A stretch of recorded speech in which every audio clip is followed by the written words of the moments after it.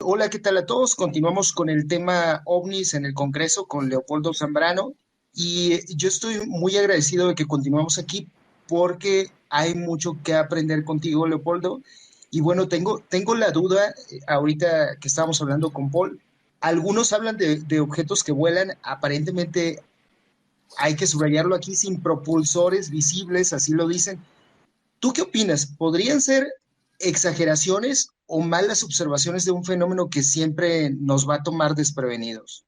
Son malas observaciones, porque, por ejemplo, después de que se expone el video de Jimmy Corbell y que el director de inteligencia naval dice que él hizo experimentos en el sitio utilizando los mismos gogles con los que Corbell grabó el video que anduvo circulando, llegó a la conclusión de que en realidad eran drones de ellos mismos, pero que la óptica de los gogles deformaban los puntos de luz creando esos triángulos que vimos en los videos. Entonces hasta ahí el video quedó explicado, no tiene nada de extraordinario, simplemente fue un defecto de artefacto que se le llama, que es un defecto causado por el medio de observación que está grabando la imagen. Y entonces pasan al segundo video.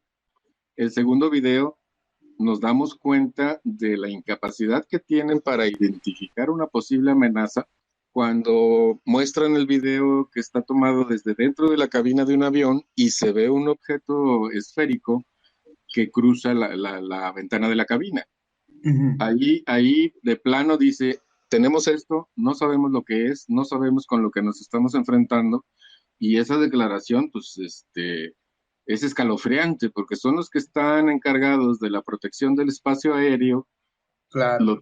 lo tienen grabado, pero no pueden identificarlo ni tienen una metodología para poder descifrar de qué se trató.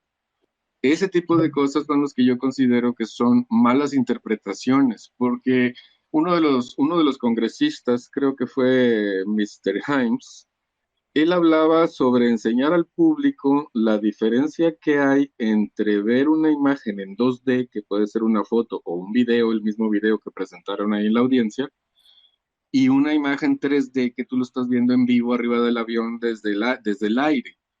No es lo mismo. Y en esto tiene mucha razón, porque, por ejemplo, en ese video donde se ve la esfera que cruza muy rápido por la ventana de la cabina del avión, nos podemos ver que la cámara está dentro de la cabina fija y el avión, pues no podemos ver el movimiento del avión, solamente estamos viendo el movimiento de lo que está fuera del avión. Entonces no sabemos si la velocidad que mostró el objeto en ese video es realmente la velocidad del objeto o es una combinación de la velocidad del avión y el objeto, o el objeto estaba fijo y el que se movía era el avión, pero como la cámara está fija dentro del avión no podemos ver ese movimiento. Esos, Claro. Y aparte, esos son detalles que llevan a la confusión, sobre todo en el gran público que no tiene absolutamente ninguna idea de todos esos datos técnicos que pueden afectar esa observación. sí, me acuerdo estamos hablando del caso del ovni en forma de pirámide, ¿verdad? No, El que fue, de eh, ah, la, en la audiencia bueno, se presentaron dos videos, el de ajá. Jimmy Corbell en visión nocturna y el de la visión de una esfera desde la cabina de un avión. Nada más esos dos videos se presentaron en noviembre. El de visión nocturna no era entonces el de el ovni en forma de triangulito de pirámide. Sí, ese es Sí, el de es ese. Jimmy Corbell. Ese ya se llegó a la conclusión de que eran drones mal enfocados. Sí, exactamente. De hecho, Mick West, que tiene un canal en YouTube, lo desmontó también desde abril del año pasado, siguiendo un avión común y corriente, usando una lente de visión nocturna, como la que se usó para grabar el video. Y es que muchas veces cometemos ese error, ¿no? De que no se comparan, no se pregunta, por ejemplo, qué tipo de lente se usó, en dónde se vieron estas cosas, si se ven repetidamente o no. Este es un error muy común y lo cometen mucho. Bueno, yo creo que lo cometen intencionalmente también, ¿verdad? Los programas de televisión o los canales que se dedican a difundir este tipo Fíjate, de videos alegando que son fíjate, Mario, ovnis. Mario, Ajá, siento lástima por la persona de la NASA a que van a poner a ver no sé cuántos videos entre las malas interpretaciones y los chavitos que les da por hacer sus trucos, sus fakes. Sí. ¿Sabes qué me imagino? Seguramente aquí la mayoría conoce la Ciudad de México. Y me imagino a este cuate de la NASA, por hacer un símil, al cuate que se mete con su traje de buzo en la basura. No sé si lo ubican. O sea, así me lo imagino. Dicen, oye, Peter, desde el lunes te dedicas a ver videos sobre... ¡Puta madre! ¿En qué me voy a meter? O sea, yo desconozco estadísticas de cuáles videos son malintencionados, en el sentido de que voy a hacer un video falso y lo voy a presentar como bueno, y cuáles son los videos de la gente honesta que ve, por ejemplo, una lucecita o algo y se imagina que es real y honestamente lo manda, ¿no? Ajá. O sea, a mí me ha tocado gente que se me acerca y me dice, oye, en la noche vi una nave nodriza. Lo primero que le pregunto, oye, ¿estaba nublado? Sí, era la luna, güey, detrás de las nubes. Seguramente eso fue lo que viste. Entonces, hay gente bien intencionada, hay gente malintencionada. No importa. Ese pobre fulano de la NASA se va a echar un clavado todos los días viendo estupideces. Porque pues eso es lo que le tira. Gruch, ¿no? Precisamente. Sí. Así empezó el capitán Ruppel, revisando toda la basura de los dos proyectos anteriores. Y la mayoría lo dejó al día porque la mayor parte eran confusiones, pequeños fraudes. Entonces inmediatamente llovieron. Incluso el mismo año había objetos muy similares a los de Arnold, algunos sospechosamente parecidos a la suela de un zapato. Entonces no era muy difícil imaginarte que algún entusiasta aventó una suela de zapato al aire y le tomó una fotografía. Inclusive una de esas fotografías tiene un punto blanco en la base, y si investigas en los anuncios de zapatos de la época, había un tacón de calzado que tenía un punto blanco en la parte baja. Entonces con eso para mí queda confirmado que lanzó un tacón al aire. No, pues el globo de Bugs Bunny, o sea, mata esa. Ah, el de Pachacamac. Sí, o sea, mata esa, o sea, y está, el buen Maussan lo saca como que un extraterrestre a Bugs Bunny. O sea, sí. Yo no sé por parte de la NASA lo que va a ver. O la señora de las bolsas, ¿no? Gladys Córdoba. Gladys Córdoba. Sí, mira, hay gente que hace sus grabaciones y de manera honesta las manda. Sí. Pero ¿cuántos son? ¿Y cuántos son los otros? Se meten ustedes a Instagram y la mayoría de los videos que a mí me ha tocado ver son reflejos, el reflejo del foco contra la ventana. Sí. Y es un foco de LED y parece que es una nave, ¿no? De hecho, estoy casi seguro que hace 2 semanas Maussan presentó un reflejo. O sea, dices, no manches, o sea, ya pórtate serio, por Dios, o sea. No, eso es pedir imposibles, es un sueño guajiro. Mira, yo hace 20 años fue cuando, ya hablando con César, por lo visto coincidimos en el segundo congreso OVNI, y están todos los que estabas comentando. Estaba Wendell Stevens, estaba no me acuerdo quién más. Hoy tengo la invitación. Ajá, exacto, él. Y la verdad es que no me dio una mala impresión Maussan, o sea, se prestó para la foto, y en el momento cuando todavía no cobraba por fotos, porque según parece que ya cobra por la foto, ajá. Voy a confesar que nos echamos, mi papá y yo nos aventamos toda la semana, todo el congreso. O sea, el primer día fue una brutalidad. Pura curiosidad, ¿cuánto cobra por foto, No, yo no sé. O sea, yo he visto gente en Twitter que se queja de que Maussan cobra las fotos. Sí, yo no sé. Yo lo desconozco, pero esos días en Acapulco, de hecho, me pareció que en ese entonces conocimos a su hijo, el que hoy está haciéndole la segunda. Pero pues no, y la verdad es que no se nos hizo malintencionado. Ahora me preguntas, y no, para nada. Es más, en una ocasión mi papá platicó con Carlos Díaz, dijo que lo mandó al carajo porque era puro dinero ese polano, ¿no? O sea, lana. O sea, básicamente se presentaba en televisión como soy muy amable y muy humilde, y tomo fotografías de los atardeceres y demás. Pero como ya Chabelo, era... el amigo. Como Chabelo. Sí, pero nada más. Carlos Díaz Chabelo, qué chingada. De 7 de la mañana a 10 de la mañana, porque saliendo ya es otra cosa, ¿no? Sí, claro. Pero vamos, regresando al punto, espero de verdad que la NASA se ponga las pilas y saque por lo menos un procedimiento para que ayude a todo, tanto escéptico como, oye esa palabra, perdón, como ufólogo.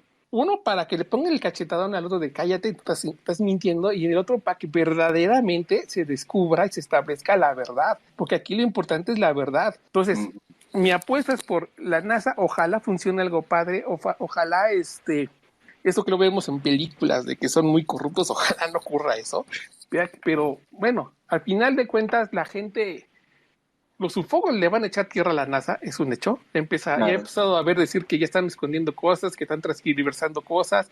Mismo Maussan está hablando la semana pasada de que esa nave en forma de cilindro que está fotografiando un ruso ya desechó lo que le dijeron lo que era y insiste con que no es eso. Entonces, yo creo que del lado, insisto, del lado del escepticismo es donde por lo menos se debería de esperar que exigiéramos la verdad. Y yo como, perdón, y no, estoy lleno de perdones, disculpen, yo me considero testigo de eso, de lo que yo vi. Y por eso consciente, yo exijo la verdad. O sea, yo quiero saber qué carajos fue lo que vi.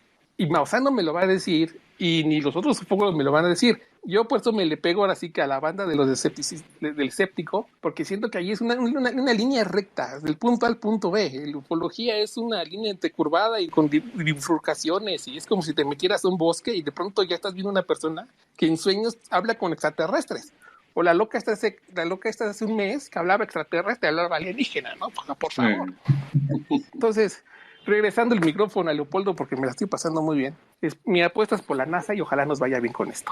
De acuerdo. Fíjate que con la NASA, pues sí podría llegar a haber una posibilidad muy buena, pero también hay que recordar que la NASA ya tiene un programa para la seguridad aérea que inclusive está en colaboración con la Administración Federal de Aviación para mejorar el tráfico y la seguridad del espacio aéreo. Entonces ya cuentan con una red de seguridad aérea, pero que ahora están modificando y mejorando para hacer enlaces satelitales. Entonces ya tienen una red establecida.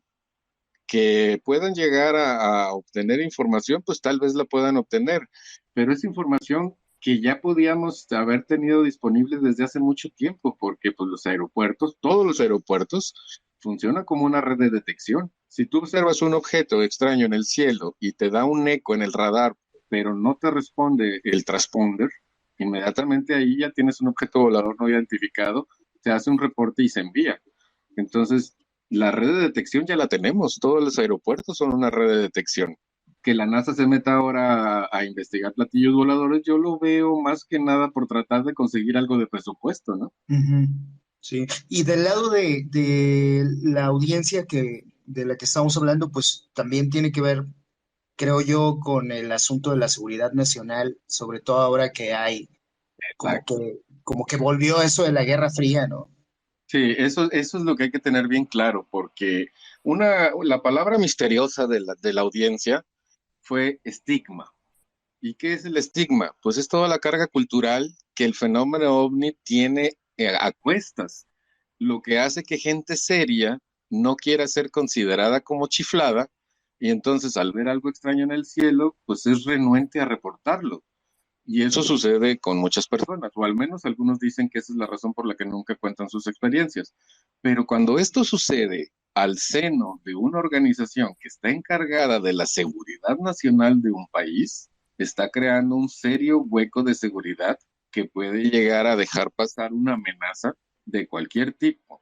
Pero la que le interesa a la audiencia es una amenaza enemiga de alguna potencia, sobre todo ahora que se están teniendo grandes avances tecnológicos, que están avanzando con los aviones hipersónicos y que no saben qué otro tipo de desarrollos puedan estar haciendo los enemigos de Estados Unidos. Y si ellos están hablando de amenazas avanzadas de otras naciones, obviamente que ellos también están haciendo sus propios avances en ese sentido. Oye, Fíjate, Leopoldo, perdón.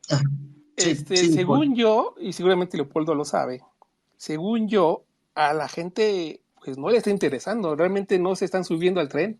En Estados Unidos, por supuesto, que es para dónde va todo este proyecto, toda esta inversión. Según yo, no se están interesando. ¿Cómo ves? Lo que pasa es que ya tenemos una enorme carga de desconfianza en este tipo de proyectos. Y es que lo malo es que cuando sale un proyecto de investigación de fenómenos aéreos no identificados, inmediatamente empiezan los ataques de todos los sectores, ya sea porque no confían en la investigación, ya sea porque creen que no les van a decir la verdad, ya sea porque creen que les van a a quitar la idea romántica de que pueden ser seres de otro planeta, y entonces los empiezan a atacar inmediatamente sin saber siquiera lo que van a decir o lo que vayan a investigar. Ahorita no hay ningún resultado de esa comisión, no tenemos absolutamente nada, y ya están empezando a detractores a hablar de que nos van a ocultar la información, etcétera, etcétera. Y lo mismo pasó con el proyecto Libro Azul, que inclusive tenía ataques desde dentro del propio proyecto con algunos de los colaboradores.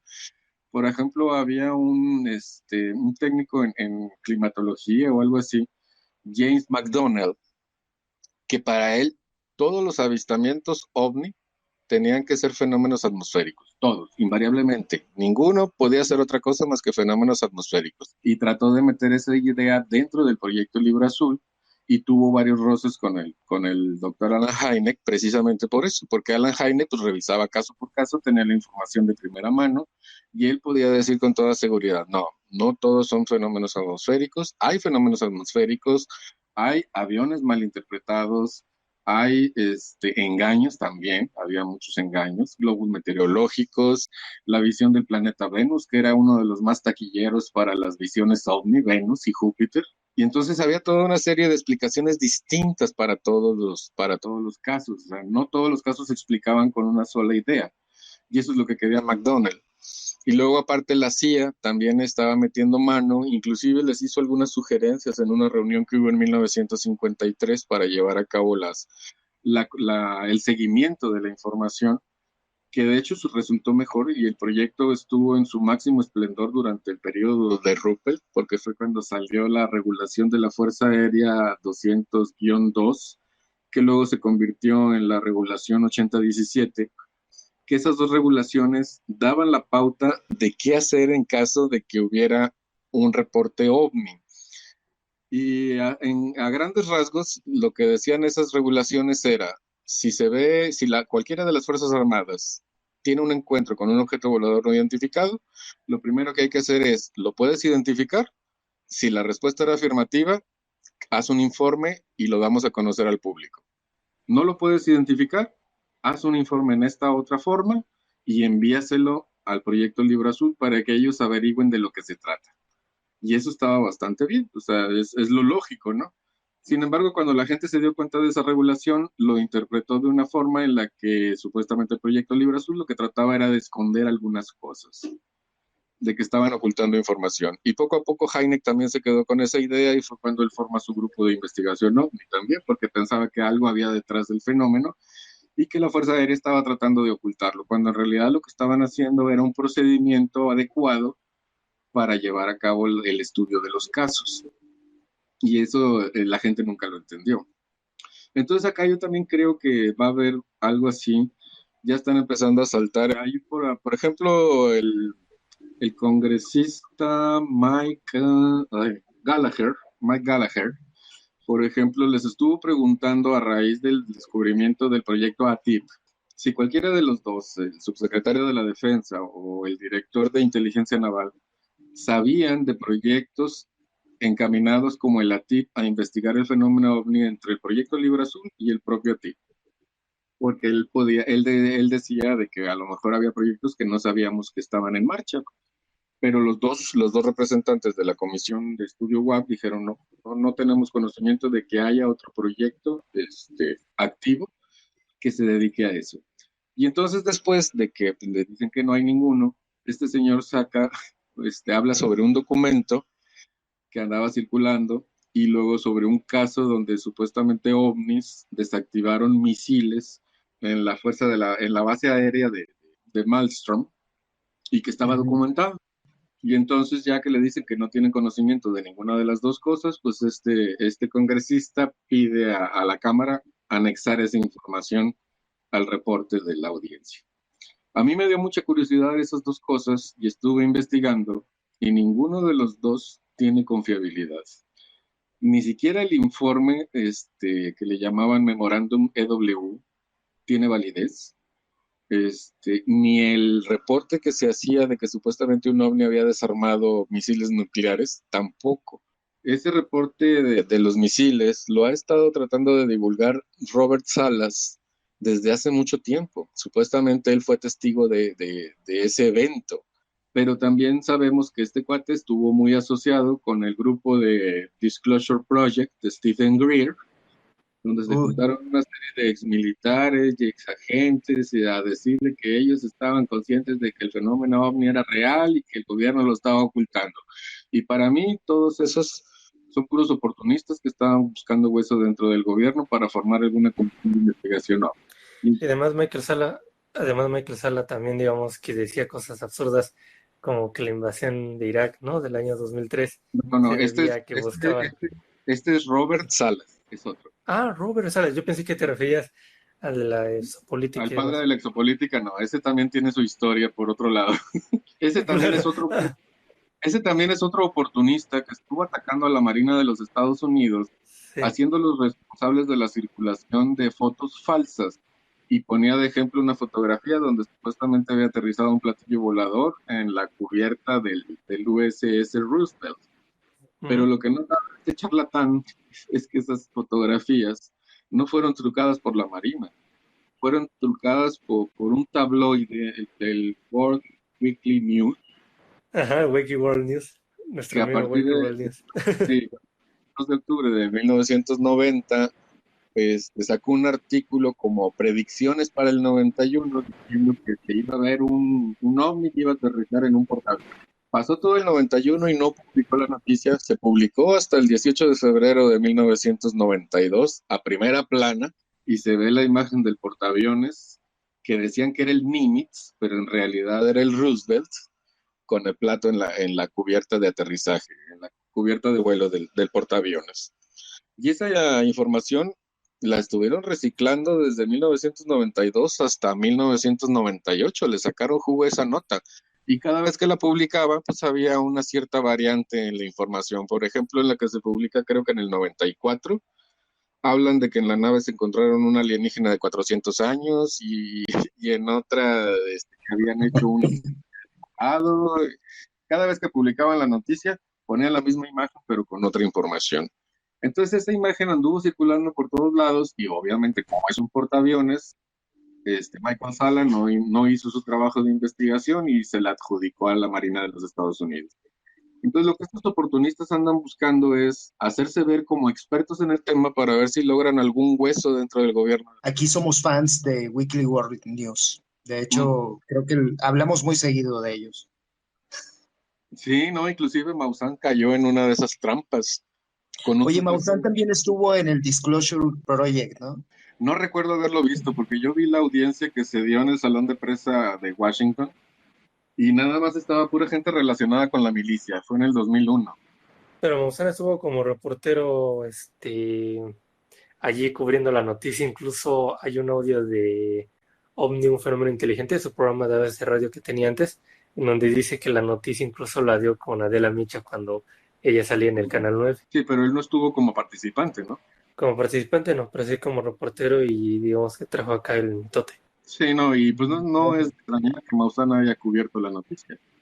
También anda muy contento con lo de la inclusión de la NASA en lo de la investigación guapa ahora, ¿no? Sí, Sí, ¿no? Y Y el doctor Grid, que sí estuvo ahí también, también es el de la... él también tenía una cosa, una cosa como una momia ser de que el Atacama. resultó ser de ser un Atacama. feto. Sí, el Ajá, ser de Atacama y él fue el que produjo el sí. documental Sirio, actualmente presenta los estudios, pero han salido varios estudios científicos donde dicen que es humano, nada más que tiene una serie de síndromes por los que tiene esa forma y crecimiento anómalo y porque se hablaba de que tenía, a pesar de ser un feto, el crecimiento que mostraba pues era de una persona adulta, pero pues eso se debe a una infinidad de síndromes que tiene ahí. No tengo ahorita en la cabeza cuántos son, pero sí eran bastantes. Y por ahí andan circulando los informes reales de ese ser, que en realidad es la momia de un feto. Exacto. Y además tiene la cabeza aplastada, ¿no? No te lo puedes tomar tan en serio eso de que tiene como una forma diferente el cráneo, porque en realidad, pues más bien tiene la cabeza apachurrada. Sí, sí, todavía no estaba Sí. el cráneo Ujú. totalmente solidificado, entonces obviamente el enterramiento creó ese hundimiento en el cráneo, lo aplastó y le da esa forma. O sea, las fontanelas todavía no estaban cerradas ni el cráneo calcificado, y se enterró así. Entonces, ya con el tiempo, pues se fue solidificando y quedó con esa forma. De hecho, no es el único cráneo. Está como el niño de las estrellas, ¿no? Está el del niño de las estrellas, salió otro ser muy parecido en Rusia, han salido varios y pues no es extraño. Y el del Star Child, pues es también, lo extraño que tiene ese cráneo es que le falta la mayor parte de los huesos de la cara, entonces se ve raro. Y como no tiene la mandíbula, pues al poner el cráneo en una superficie lisa, el cráneo se va hacia atrás y le da una vista todavía más extraña, pero es el cráneo normal de un niño. Sí, oye, Leopoldo, hablaban de, no me acuerdo si fue en el proyecto Gruch o en Libro Azul, que hablaban de grupos que podían hacer un uso subversivo, decían, o irresponsable de la información. Y yo creo que esa es una de las cosas que más se tendrían que tomar en cuenta ahora. Está muy de moda usar esta información sobre los ovnis también y sobre cualquier otro tema relacionado con lo sobrenatural o con la ufología para crear teorías conspirativas y cosas así. Yo pienso que hoy más que nunca ese tema es importante tomarlo en cuenta, la parte como sociológica del fenómeno y también yo creo que van a tomar mucho en cuenta en esta ocasión con el tema de la audiencia, digo, el de que los objetos sobrevuelen las instalaciones militares, ¿no? Que a lo mejor sean aparatos espías, ahorita que hay tantos drones. Hablábamos, por ejemplo, de globos, de globos de globos meteorológicos, de proyectos secretos, de aviones secretos que se hacían sobrevolar sobre otros países. Pero ahora yo creo que también hay que sumarle esos dos temas, ¿no? El tema de los drones y el tema de los grupos que podrían hacer un uso, como en el caso del VIH con Rusia, cuando dijo que no existía el VIH y que promovía la desinformación precisamente para ver cómo reaccionaba la gente. Yo creo que eso también podría estar sucediendo ahora. ¿Qué opinas tú? Siempre ha sucedido, siempre ha sucedido. Por ejemplo, en la época del proyecto Libro Azul, bueno, antes del proyecto Libro Azul, ya casi a los finales de la Segunda Guerra Mundial, todavía había cierto temor sobre los japoneses. Y los japoneses inventaron un sistema muy, muy interesante en el que aprovechaban las corrientes del Pacífico para Claro. para lanzar globos con bombas, que esa fue la psicosis que terminó con aquella noche de los platillos voladores en Los Ángeles en 1941. Fue la psicosis de los reflectores que pensaban que estaban siendo invadidos. Más que nada fue la psicosis, porque no había nada. Y todo lo que cayó en la ciudad de Los Ángeles, pues era la metralla que los mismos norteamericanos habían estado disparando. Pero porque ya tenían, una semana antes o 2 semanas antes, habían detectado la presencia de globos con explosivos que habían estado mandando desde Japón. Entonces esos dispositivos ahora, pues que ya son drones y que pueden ser teledirigidos, como Estados Unidos envía drones a Afganistán o a cualquier lugar de allá de Arabia, pues también está latente ese peligro hoy. Y esa es precisamente la razón por la que se hace urgente la investigación de esos informes de objetos voladores no identificados que las mismas Fuerzas Armadas no saben lo que son. Al no saber lo que son, puede ser cualquier cosa, desde un adelanto tecnológico ruso hasta un adelanto tecnológico chino, y que pueden estar usando tecnologías de reciente desarrollo que los norteamericanos no conocen. Entonces el temor es ese, de que los puedan llegar a atacar con una tecnología de la que ellos no saben absolutamente nada. Y obviamente también lo del ataque por las fake news, pues siempre ha habido, siempre lo hemos tenido. Nada más que ahora, con la entrada de Donald Trump al poder, se incrementó más porque esta campaña de Donald Trump pues tuvo todo el poder y el peso de las redes sociales. Entonces tú sabes que las redes sociales, cuando metes bots o contratas una compañía para dirigir el pensamiento de los electores, pues es muchísimo más efectiva que un anuncio publicitario en radio o en televisión, porque ese Claro. es boca en boca. La misma gente cree que otros están hablando de eso y es un bot que está contratado para meter ideas en la población. Entonces eso te va cambiando el pensamiento y eso es bastante peligroso. Y en ese periodo, pues es el primer periodo que tenemos en la que una bola de idiotas ataca la Casa Blanca y y se mete hasta la cocina. Entonces, el peligro de ese tipo de cosas, de la mala información, de influir en la gente con ideas equivocadas o subversivas, no es tanto la idea subversiva en sí, sino cómo va a reaccionar la gente que se crea esas tonterías. Que Sí. volvamos a tener, no sé, un golpe de estado, o como ahora que se anduvo hablando del 5G, que andaba una bola de idiotas quemando las torres de comunicaciones. Eso es lo peligroso de la mala información. O que las vacunas no sirven, por ejemplo, y entonces, ¿qué es lo que estamos teniendo? Que empieza a haber otra vez brotes de enfermedades que ya pensábamos que estaban erradicadas.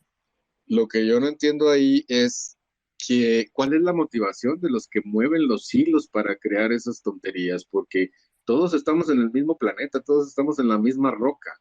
Si llegas a crear una hecatombe pandémica, va a afectar a todo el mundo, no nada más a un cierto grupo al que va dirigidas las mentiras que estás creando, va a afectar a nivel mundial. ¿Quién quita? Y a lo mejor ahorita todos esos antivacunas que decían que la vacuna para el COVID no servía, pues a lo mejor ya están muertos y ya hay mucha gente que se quedó con esas ideas, como las vacunas que creaban autismo. O sea, el documento ya se rectificó, ya se canceló de la revista donde se publicó, ya se escribieron rectificaciones de ese documento, ya se sabe cuáles eran las razones y la metodología que se usó para decir que las vacunas causaban autismo, llegando a la conclusión de que era una mentira. Pero a la gente ya no le vas a quitar la idea de la cabeza. Y es lo mismo que pasa con cualquier magufo del tema OVNI. Siempre están sumando ideas, nunca rectifican, nada más suman y suman y suman, aunque sean tonterías y se contradigan, nunca van a quitar una idea del plato ufológico, porque todo suma para ellos. Sí, Y pues además el ese de las vacunas era un corrupto, posteriormente se comprobó, ¿no? De que había Sí, sí, cometido corrupción sí, y aparte, colaboraba con gente de supuestamente que eran de medicinas alternativas. exactamente. Estaba también en colusión con un laboratorio y los estudios que supuestamente llevó a cabo, las estadísticas estaban falseadas. yo me acuerdo que mi abuelo me contaba de cuando veía las primeras campañas de vacunación en los pueblos, me decía que a ellos, a los niños los escondían cuando llegaban los que vacunaban porque decían que les iban a hacer algo malo, ya sabes, que los iban a esterilizar, que ya no Sí, iban a poder tener hijos, o que los querían matar, o cosas así. Es decir, son cosas que sí, todo el tiempo se han dado, pero que ahora suenan mucho más por las redes sociales y que a sí. veces yo creo que sí pueden ser utilizadas para incidir en el comportamiento del público. Por eso hay que tener mucho cuidado, chavos, con la información, de dónde la obtienen. Hay que preguntar quién está detrás de esas cosas. Hay muchas personas que son, y lo digo, ¿no? También con el tema de los acosadores en Internet, que también tienen sus propias agendas. Hay que preguntarse quién está detrás, o sea, no dejar que las personas los convenzan nada más por el argumento que tienen. Hay que preguntarse también quién está detrás, quiénes son, quién los está moviendo. O sea, hay algunas personas incluso que tienen son multicuentas, que se crean sus historias, sus propias teorías conspirativas. Hoy más que nunca está de moda eso, lo vemos en YouTube, lo vemos también aquí en Twitter. Hay que tener muchísimo cuidado con eso. Y hablamos, por ejemplo, también de ese tipo de proyectos cuando hablamos. Creo que hay mucha información que ya damos por hecho, pero a lo mejor no la sabían. Cuando hablamos, por ejemplo, de los globos japoneses, les decían globos Fugo, ¿no? Y sí llegaron hasta Estados Unidos, llegaron por vía aérea, solamente siguiendo las corrientes, Ajá. y sí llegaron a tocar a los Estados Unidos y hubo gente afectada, o incluso mucho tiempo después se descubrieron también algunos explosivos que no habían detonado. Es Así decir, es. sí tuvieron una cierta incidencia, sobre Estados Unidos, pero lo mantuvieron como de muy bajo perfil y la gente finalmente no se enteró. La gente que llegó a verlos casualmente, pues seguramente pensaron que eran ovnis. Sí, sí, sí, sí. Sí, pues esa fue la psicosis que sucedió en febrero del 41. O sea, habían visto un globo, pensaron que los militares obviamente sabían de qué se trataba y se pusieron en alerta, pero la gente lo interpretó como que los platillos voladores estaban invadiendo Los Ángeles. Y llegaron, y Los Ángeles, pues es la ciudad a la que llegaban por las corrientes del Pacífico, porque pues, venían a las costas de California. Y eso está documentado, o sea, ahora, porque antes no se Ujú. sabía mucho sobre eso.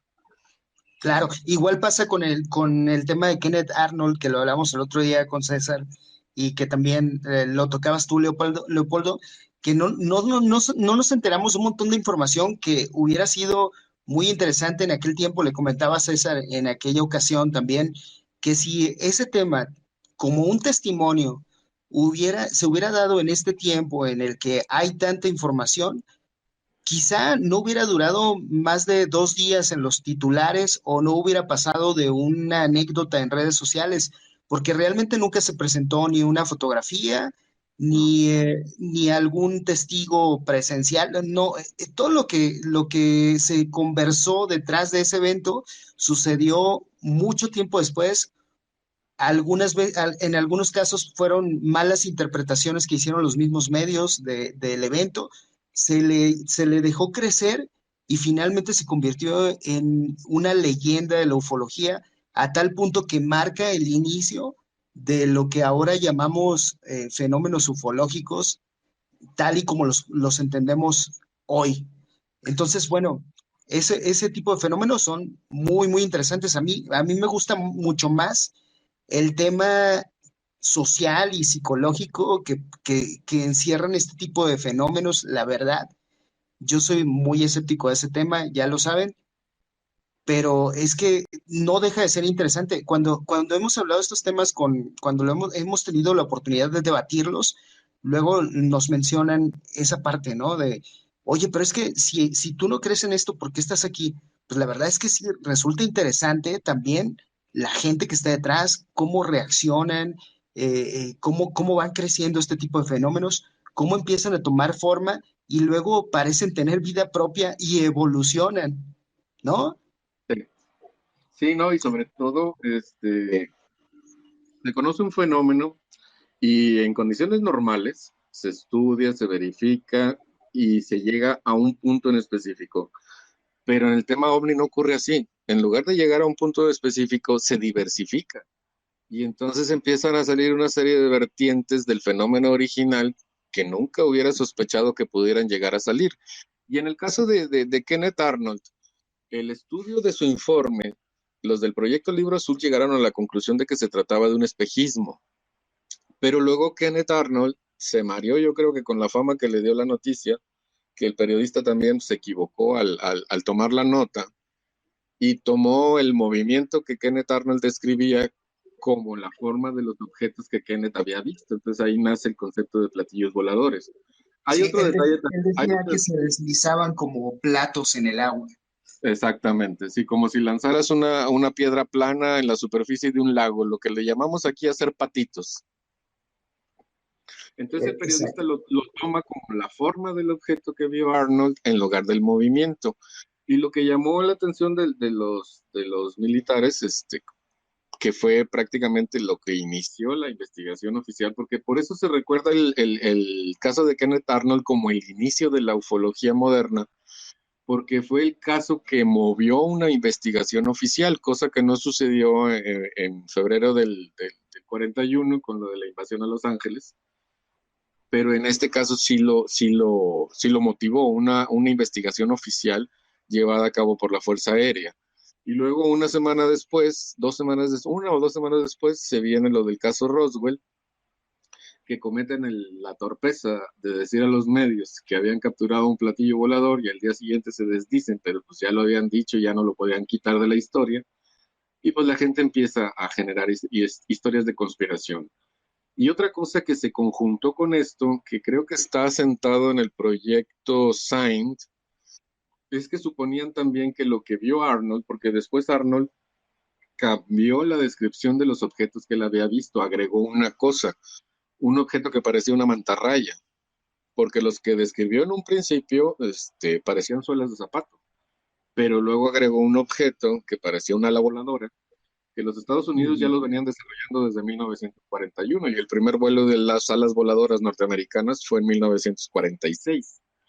Entonces cabría la posibilidad de que Arnold hubiera visto uno de los primeros prototipos, que no duraron mucho en circulación, pero también se especulaba con la idea de que estuvieran siendo invadidos por los rusos con aviones de manufactura alemana, que en aquel entonces los hermanos Horten habían estado desarrollando casi al final de la Segunda Guerra Mundial, pero nunca llegaron a la línea de producción. Además, los hermanos Horten nunca estuvieron en Estados Unidos ni llegaron a Rusia, se fueron a Argentina. Y uno de los dos hermanos regresó a Alemania, se quedó en el ejército alemán y murió en Alemania. El otro murió en Argentina. Entonces también se especulaba mucho con los ovnis alemanes. Eso fue lo que motivó también la idea de que los alemanes tenían adelantos tecnológicos nunca imaginados y se empezó a crear toda una mitología con los ovnis alemanes que todavía al día de hoy algunos investigadores serios creen que algo hay de verdad en esa parte de la historia, pero nunca se ha encontrado ninguna evidencia de que hayan llegado a probar objetos de esa naturaleza. El más cercano que ha habido en la historia fue uno en Estados Unidos que le llamaban el panqueque volador y el otro es el tristemente célebre Abro, que fue un proyecto entre Estados Unidos y Canadá, que no llegó a elevarse del suelo más que unos 15 centímetros y funcionaba como un aerodeslizador. Y ahí está como una reliquia en un museo. Ajá. Entonces, pues no hay ninguna evidencia real, palpable, de que hayan existido estos artilugios. Ahora, suponiendo que la Alemania nazi los haya podido desarrollar y los tuviera a su disposición, pues obviamente que al final de la guerra hubiera tenido otro desenlace. Sí, es cierto. De hecho, estamos hablando de los prototipos que hicieron los hermanos Horten, que sí volaron, no volaban exactamente por sí mismos, eran más una especie de planeadores, pero son el principio de los aviones que ahora conocemos como el Lockheed Martin y todos Mm. estos que ahora que se usaron durante los años 80 hasta los 2000 y todavía algunos se continúan usando son los aviones espía. Ajá. De hecho, los hermanos Horten hicieron tres prototipos. El primero, como dices, era un planeador. El segundo tenía un motor BMW 3, no sé qué, de identificación, no me acuerdo del número completo. Y ese sí voló por mucho tiempo, pero terminó estrellándose.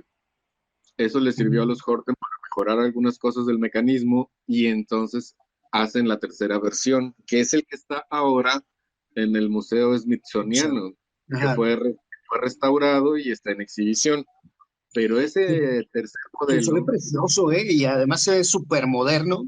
Y sí, la porque curiosidad es que está hecho de madera. sí, Las alas. exactamente. Lo único que es de metal es la cabina, las alas, todo es de madera.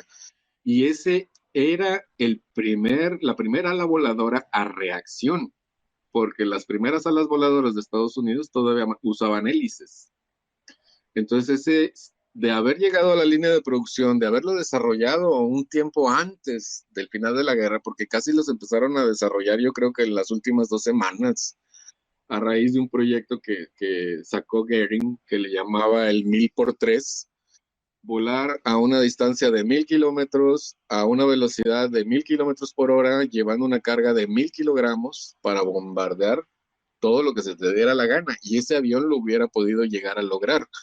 Desafortunadamente, pues ya se desarrolló muy tardíamente y ni siquiera alcanzó a llegar a la línea de producción. Entonces, cuando llegan los aliados, cuando invaden la Alemania, desmantelan los laboratorios, toman todo lo que está ahí y agarran el tercer prototipo y se lo traen a Estados Unidos de trofeo, que es el que ahora está en el Museo Smithsoniano. Que si lo hubieran logrado, Leopoldo, yo creo que sí le hubieran dado batalla en el aire a los aliados, pero cañón, ¿eh? Hubieran acabado con Inglaterra, que era el principal blanco con el que estaban batallando. Así es, y yo creo que ahí está el punto más importante en este asunto de por qué el gobierno de los Estados Unidos quiere seguir estudiando el tema de los ovnis, que es la seguridad nacional. Sí, Así es. muchos de ellos van a ser fenómenos atmosféricos, pero algunos otros seguramente se van a topar con que no tienen ya la primicia o no tienen ya la superioridad tecnológica, que yo creo que en mucho los rebasa. Sobre todo, yo creo que quien les va a dar la batalla va a ser el gobierno chino, la Sí. tecnología china, sobre todo en drones, en aviones no tripulados. Ahí van a llevar la superventaja. Entonces, seguramente ese es el mayor Regresamos miedo que con la tienen. última parte de este podcast. Estás escuchando Paranormales.